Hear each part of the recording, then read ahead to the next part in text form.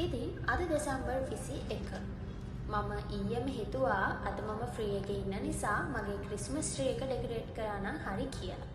ඉතින් ඒ නිසාම උදේම නැගිටලා මගේ ඩේලි රූටින් එක පටන් ගත්තා. මම හැම දවසක්ම ස්පෙන්ඩ් කරන්නේ ටු ඩු ලිස්ට් එකකට අනුව.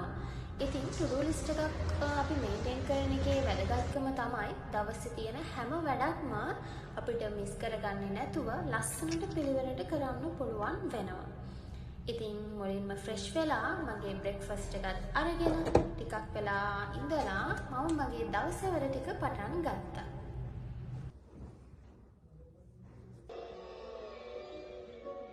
දැන් අපි මේකට golden syrup, copper bar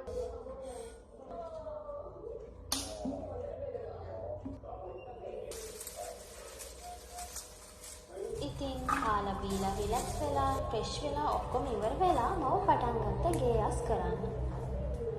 ගොඩක් ෆ්‍රී එකේ ඉන්න දවස් අඩු නිසා මට ටිකක් කලාතුරකින් තමයි ගේයස් කරන්න සෙට් වෙන්නේ. ගේත් අස් කරලා රෙදි ටිකක් තිබුණා. ඒ ටිකත් නමලා කබඩ්ස් වලට දාලා මම මගේ ක්‍රිස්මස් ට්‍රී එක හදන්න පටන් ගත්තා.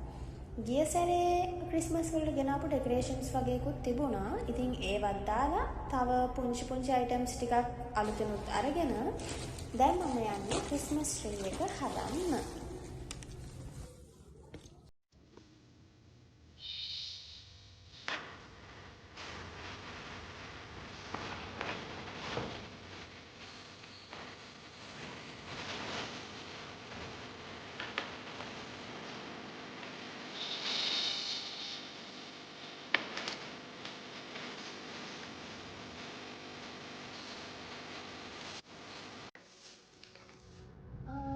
මම ක්‍රිස්තියානි කෙනෙක් නෙමෙයි.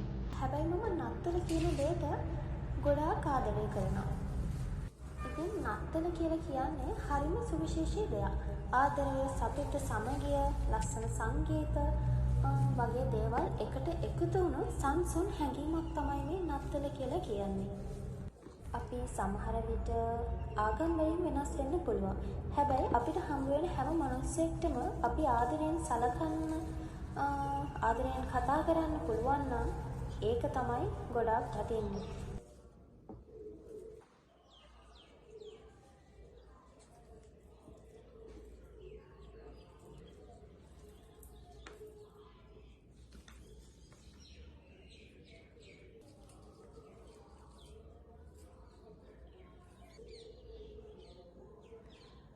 ඉතින් මගේ ක්‍රිස්මස් ට්‍රී එකේ මම ඩෙකොරේෂන්ස් ටික කරන ගමන් තමයි එන්නේ. ඒක ලොකු ගහක් නෙමෙයි, පොඩි ගහක්. හැබැයි ඒක හරිම කියුට්. මට පුළුවන් විදියට ලස්සනට මම මගේ ට්‍රී එක ඩෙකොරේට් කරගත්තා.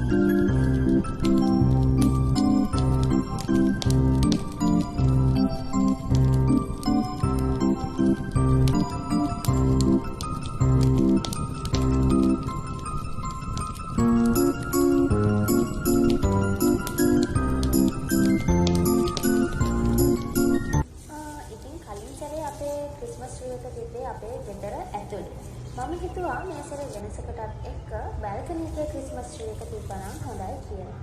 ඉතින් මේ විදිහට එතන ඩෙකොරේට් කරගෙන ක්‍රිස්මස් ට්‍රී එක ගෙනල්ලා මම තිබ්බා අපේ බල්කනි එකේ.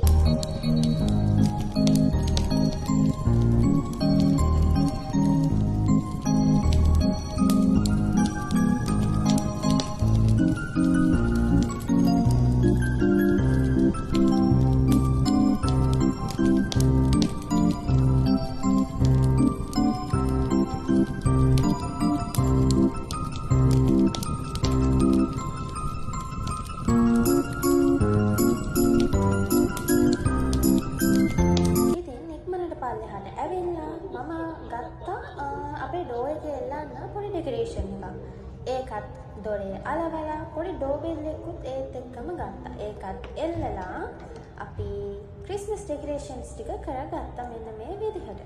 මේ ක්‍රිස්මස් vlog part 2 එකෙන් ඉක්මනින්ම හම්බ වෙමු.